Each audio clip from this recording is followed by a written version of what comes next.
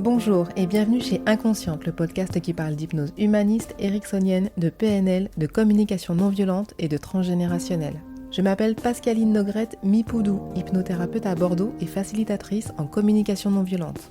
Passionnée par le corps et l'esprit et les liens entre les deux, je suis très motivée pour partager et simplifier tous ces outils que j'ai découverts toute seule en formation ou dans des bouquins. La citation. Ce qui lui manque à l'inconscient, c'est une conscience. Et justement, cette conscience, c'est vous. Patricia D'Angeli et Olivier Lockert. Pour commencer, une bonne petite détermination d'objectif pour savoir dans quelle direction on va. Vous pouvez retrouver les différentes étapes détaillées dans les épisodes 11 à 17. Aujourd'hui, on veut faire vite et bien, par conséquent, répondez en 2-3 mots maximum. Vous verrez, sur cette question, ça commence déjà à faire pas mal. Prenez un stylo, une feuille et c'est parti. Premièrement, posez tout d'abord votre objectif. Qu'il soit positif au présent et qu'il ne concerne que vous. Au positif présent et qu'il ne concerne que vous. Par exemple, m'apaiser, prendre soin de moi, m'endormir facilement, mémoriser efficacement, gagner cette course. Éviter les négations du style ne pas, ne plus, etc. Vous pouvez mettre au choix le gros objectif ou une des étapes. À vous de voir. Deuxièmement, notez l'émotion ou le sentiment que vous vivrez quand vous aurez atteint votre objectif. Joie, sérénité, fierté, bien-être, liberté, accomplissement. Ici, on est vraiment dans le subtil, l'impalpable. On commence déjà à se projeter dans le futur avec notre émotion. C'est avec ça que vous allez bouger les choses et que vous allez donner envie à votre inconscient d'aller vers votre objectif. Ensuite, troisièmement, comment vous vous rendrez compte concrètement que vous y êtes arrivé. Là, c'est l'inverse. On est dans le palpable, l'objectivable. Même une personne extérieure pourrait observer le changement. Je m'endors en moins de 15 minutes. Je respire plus calmement, je n'ai plus de pensées parasites, je perds 2 kilos en 15 jours, je ne rougis plus. Quatrièmement, les bénéfices secondaires aussi, que l'on appelle aussi écologie. En gros, c'est ce qui ferait bugger le système si vous insistez avec votre objectif.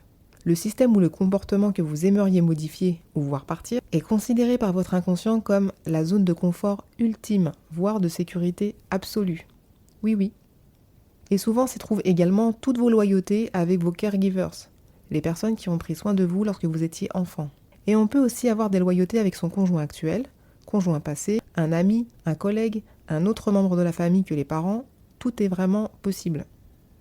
Pour mettre en lumière cette intention positive de votre inconscient, demandez-vous que se passerait-il de négatif en moi ou autour de moi si j'atteignais l'objectif. Ça peut être avec un objectif de confiance en soi, justement trop de confiance et donc de l'arrogance. Et pousser encore plus loin, qu'est-ce qui se passerait de négatif si j'étais arrogant ? Je m'embrouillerais avec un tel, j'aurais des soucis à tel endroit, etc. Vous avez l'épisode pour plus d'exemples, celui où je parle de l'écologie, de la question 4. Ensuite, cinquièmement, imaginez votre nouvelle vie si vous atteignez pleinement votre objectif. Le où, quand et avec qui. Tout ce que vous récoltez là vous permettra de faire une jolie visualisation du futur comme si on y était. Pensez bien, vous avez le droit de vous imaginer seul ou avec quelqu'un d'autre. C'est juste une cible pour donner envie à votre cerveau d'atteindre son objectif. Ensuite, identifiez ce qui vous bloque, en vrai. Ça, c'est la question 6. Pas d'argent, pas de motivation, pas de capacité spécifique, des loyautés évidentes. Avec un effet levier, ça vous donnera les directions à emprunter. Je veux faire un podcast en chinois, mais je ne parle pas chinois. Je vais donc commencer par prendre des cours. Logique. Bon, 7e et dernière question, vos ressources. Parfois, j'oublie de préciser et les gens croient que je leur demande leur revenu annuel. Ici, il s'agit plutôt de faire le bilan de vos ressources intérieures. Qualité, savoir, savoir-faire et savoir-être. Et de vos ressources extérieures, c'est-à-dire les gens qui vous entourent et qui vous soutiennent dans votre vie. Voilà, maintenant que vous avez vos réponses, vous avez un peu cerné l'animal, c'est-à-dire vous. Ces mots vont vous permettre de construire votre séance et donc de construire vos suggestions.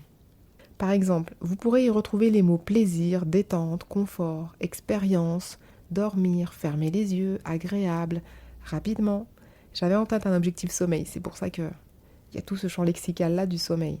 Je vous laisserai écouter cet épisode ou les épisodes 11 à 17 si j'ai été trop vite, même si en gros c'était un peu le but quand même. Gardez bien vos réponses, on va s'en servir au prochain épisode sur les suggestions. Je vous rappelle la citation. Ce qui lui manque à l'inconscient, c'est une conscience. Et justement cette conscience, c'est vous.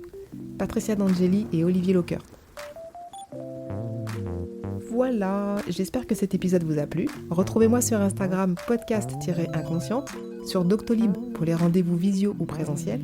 Inscrivez-vous sur la newsletter de Ocha pour les coulisses du podcast. Pensez aux 5 étoiles et aux commentaires pour que ce podcast soit écouté encore plus largement.